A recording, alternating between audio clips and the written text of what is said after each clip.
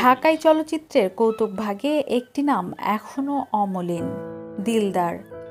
২০০৩ সালের ১৩ জুলাই তিনি না ফেরার দেশে পাড়ি জমান। ২২ বছর পরও তার মতো জনপ্রিয় কৌতুক অভিনেতা আর আসেনি বাংলা সিনেমায়।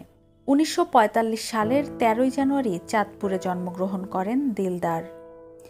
ব্যক্তিজীবনে এসএসসি পাশ করার পর পাঠ্যজীবনে ইতি টানেন। স্বাধীনতার ১ বছর পর ১৯৭২ সালে পা রাখেন চলচ্চিত্রে। প্রথম ছবি কেন এমন হয় পরিচালনায় অমল বোস। শুরুতেই নিজেকে আলাদাভাবে চিনিয়ে দেন দর্শকের কাছে। এরপর একে একে পর্দায় উপহার দেন জনপ্রিয় সব সিনেমা।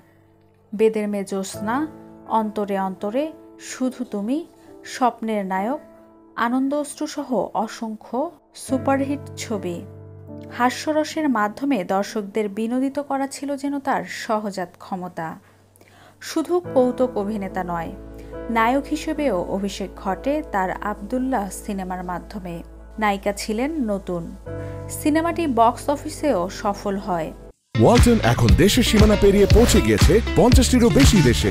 ওয়ালটন, ঘরে ঘরে, বিশ্বজুড়ে। তুমি শুধু আমার সিনেমার জন্য ২০০৩ সালে জাতীয় চলচ্চিত্র পুরস্কারে ভূষিত হন সেরা কৌতুক অভিনেতা হিসেবে।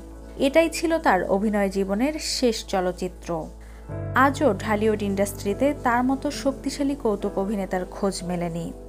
নির্মাতারা বলেন, কমেডি দিলদারের মতো করে আর কেউ করতে পারেনি।